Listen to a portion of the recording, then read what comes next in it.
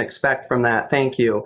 I'd also like to discuss what you're doing with the $450 billion of funds for the CARES Act. I know we've had some discussion here. I'm going to set aside the question of whether or what you're doing is legal because I want to get into why you're doing this. One explanation I've seen is that because you think Congress should use this for fiscal aid, and I don't disagree with that. The problem with this, though, is that if Congress wants to reappropriate money from the Exchange Stabilization Fund, we can do that the same as we can from the general fund. So the only real difference I can see is that leaving it in the ESF makes it a heck of a lot easier for a future Treasury Secretary to use this money quickly to provide for economic support. So why are you choosing to make it harder to support the economy in the future?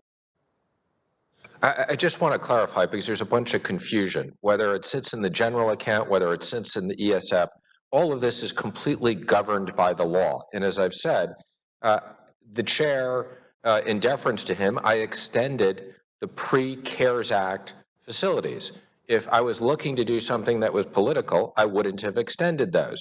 My results in not extending the CARES Act is merely an administration of my obligation under this law. It doesn't matter what account it's in. That has nothing to do. The money is administered pursuant to the law.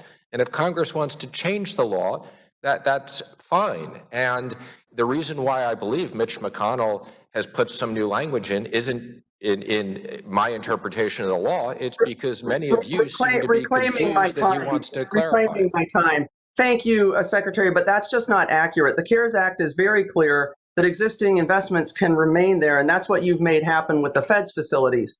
So that answer isn't acceptable. Why are you looking for a way not to help American people right now? This isn't your money, it's taxpayer money, and it should be quickly available to American people right now when we need the help. So I see you undermining the American people on your way out the door.